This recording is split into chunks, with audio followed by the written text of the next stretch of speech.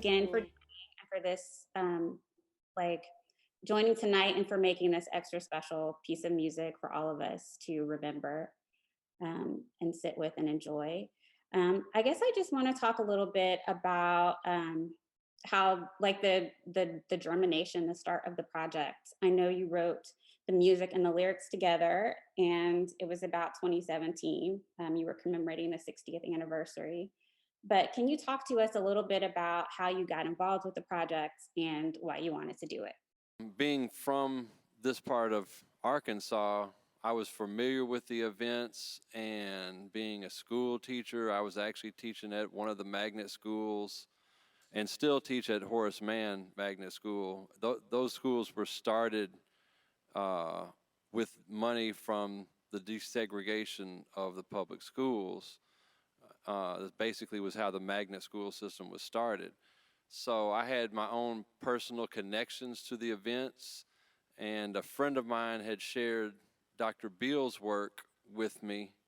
And so when I began to do some research, I realized that was really the primary source at this point in time. We were able to find encyclopedias and other sources of information, but there was nothing as direct, as emotional, as human as the book.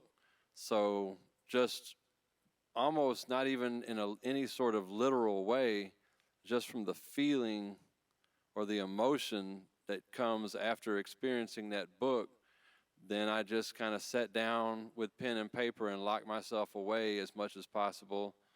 And then the music sort of wrote itself after that point. And then Kelley did a ton of research. I'll let her speak about that in order to craft the vocals, which are not all singing, some of it's narration. Kelley, do you want to talk a little bit about what your process was for writing some of those lyrics that you composed, especially the spoken word? I guess there is a lot of, and everybody will hear this really soon, but there's a lot of like a real strong basis of historical information, like facts, foundational facts. And I know Dr. Beals's book was an important source, but can you talk a little bit about what else, where else you were looking for, information and research and how that inspired you to create what you did? Part of, I didn't want to reinvent the wheel. I wanted to make sure that and I wanted to make sure the information that I decided to relay was totally accessible. So we, not only was it the book a source, but we went through different websites and we actually list four, and I'm going to try to read them to you because I can't see. But, and one was the encyclopedia of Arkansas.net, history.com, littlerock9.org, and wikipedia.org. And the reason we picked those sources were because they're free and anyone could have access to it. That's what I want, the way I wanted to approach the wording and the narration was not just to reinvent it, but just to distill what we would be able to set music to and have everyone to have accessibility to it. So anyone could look up any of the narration that I have in the beginning and see all of these facts like I did. I really wanted to come at it from the point of not trying to actually be the people involved or I really wanted to come at it as someone who was being introduced to this as our best friend introduced the book to us, and I wanted to relay it in that way. You wanted it to be conversational. Yeah, conversational, and the way it just came. Actually, those things came to us over the years after I moved here, and after I saw the Testament sculptures and all of that. So I wanted it to be conversational because a lot of people talked about it when I asked about it. So This section is called By the Numbers.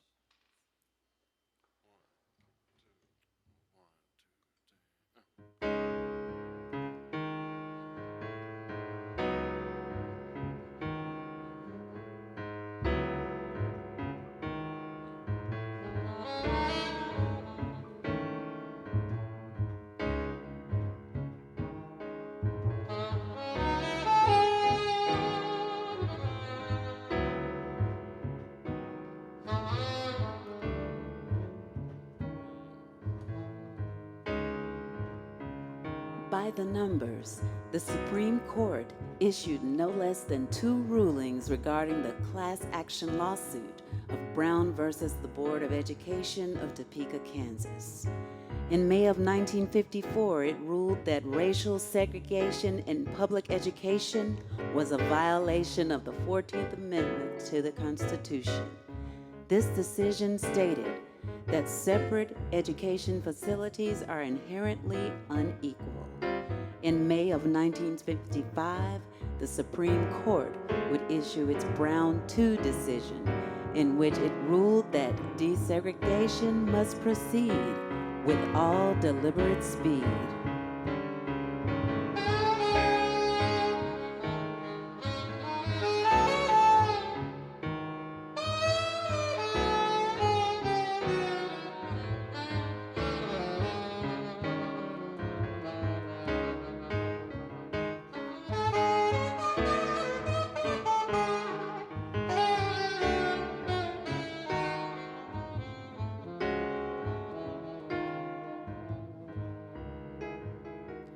By the numbers, in the spring of 1957, no less than 517 Black students were living within the Little Rock Central High School district. 80 wanted to attend Central High School and were interviewed by the school board. 17 of these students were selected. 8 of those stayed at Horace Mann High School.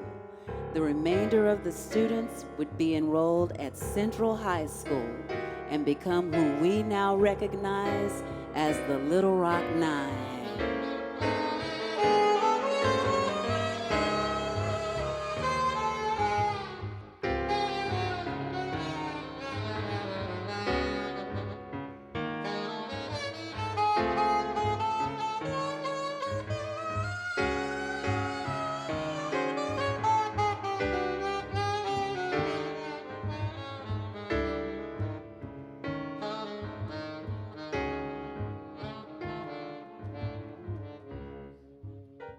By the numbers, during what is known as the Central High Crisis, no less than 3 attempts were made by the 9 integrating students to enter Little Rock Central High School.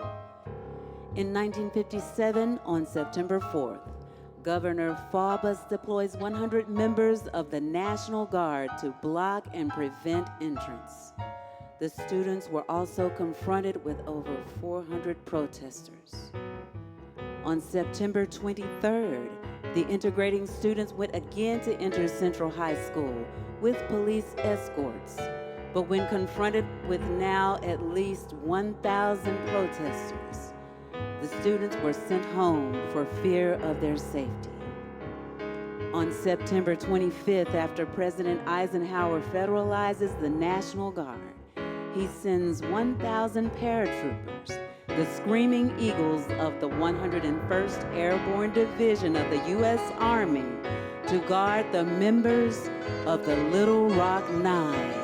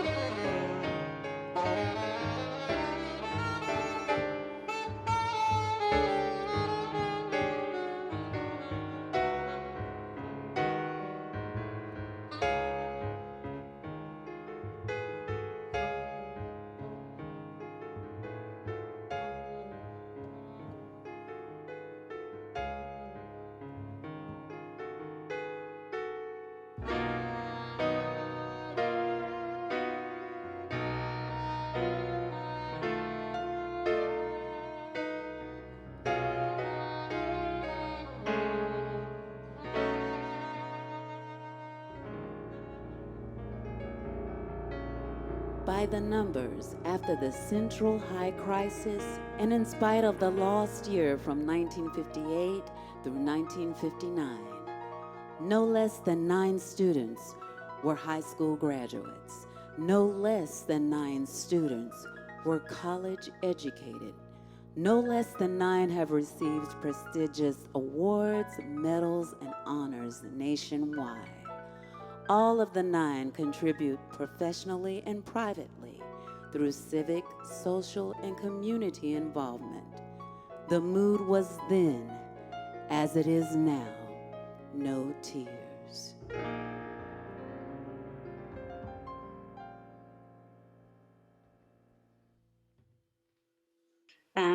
So I know you first wrote this book, Warriors Don't Cry, and it came out in like 1994. But I'm sure all your life, since you decided to go to Central, you've had experiences with talking to so many people in the press and giving so many talks before audiences, and just having your experience rendered and talked about um, all kinds of ways. Was there anything, or has there been anything different or special about listening to this music, the No Tears Suite, or just this experience of hearing it and knowing how inspired and important your testimony was to these musicians and artists? Well, one of the things my parents did, my mother, I was raised by my mom, Dr. Lois Patillo, and one of the things she and my grandmother did was to give me music lessons to build my self-esteem. There were several things that they did combative to all of the shall we say, oppression I was suffering. And one of the things was early on, before I ever went to Central High School, I was about 8 years of age, they started me with music lessons. And so therefore I could relate to what Chris and his wife are doing, Chris and Kelley are doing, and understand, for example, in the beginning when the pace of it is slow and kind of funereal and dirge kind of, it totally reflects my feeling that I was very, very sad as a child, thinking grandma kept saying in God's time. People kept saying, okay, well, I was a very weird child in the sense that from the beginning of my life, from age 4, when I sat in front of the house in my red wagon and said, look here, y'all said the stork dropped me off. I need to be picked up. And grandma said, where are you going? Are you going by yourself? I said, absolutely. I'll send for you people later. Okay. But I am leaving here. And I sat in my wagon all day long. And she finally came out and said, you're going to get a sunstroke. You're going to be really sick. Why don't you wait? So I was sick of waiting. And so what the initial part of his music, I thought right off the bat reflects is that I am annoyed and tired and draggy and nothing's happening. And it took a long time to get to the point where I could think, okay, things are improving. Something's going to happen. Because from age 0 to 14, 15, nothing was happening. And I write about this. There's a book that's a sort of a preamble to where it's called March Forward Girl, which I finished in 2017, about that life in Little Rock prior to going to Central High School, which was rather dreary and rather slow. And that is how he starts this music out. And I love the parts where Kelley spoke, because she reflected, my feeling. And after they do this really slow part, then in my mind's eye, it starts to speed up, and she starts to speak, and that I assume to be either when I heard there might be a Central High School, uh, and I wanted to go, or something was happening. You see, so the music to me reflects the pace of what my life was like. I love how in the memoir, which I first read when I was maybe in ninth grade or something, and it's a very different experience reading it as an adult and really being able to understand the terror that you all were facing, like just the moral terror. But I really think that you convey really well in the book that you started to notice as a child that there was inequality in your town, like that there were experiences with the grocer And there Well, were, there, as early as 5, I go to because I love, you'll love this. I still to this day, I'm 78. Okay. I eat raw potatoes that have been soaked in water, and I love to stand by the potato bin. I don't know why, because growing up where there was dirt, I guess I don't know. Spent a lot of time in the yard, but I was just standing by the potato bin, and this woman, it was the first time I really experienced. This woman walked up to me, and she's wearing this pretty suit and hat, and I look up and I think that's pretty because I'd watched my mother sew material, and she just said horrifying things to me. She told me I wasn't human, that I was something else. And I looked down at my arm and I remember thinking, so that's why I'm brown. We're not human. Because I'd wondered, what's going on here with this? Because I'm wow, one of the darker members of my immediate family. So I thought, oh, does that mean they are and I'm not? And so, I mean, it just brought up all sorts of things. And this is like, I'm like 4. and that's, So you got me wondering. The other thing that I noticed immediately was my parents kowtowing.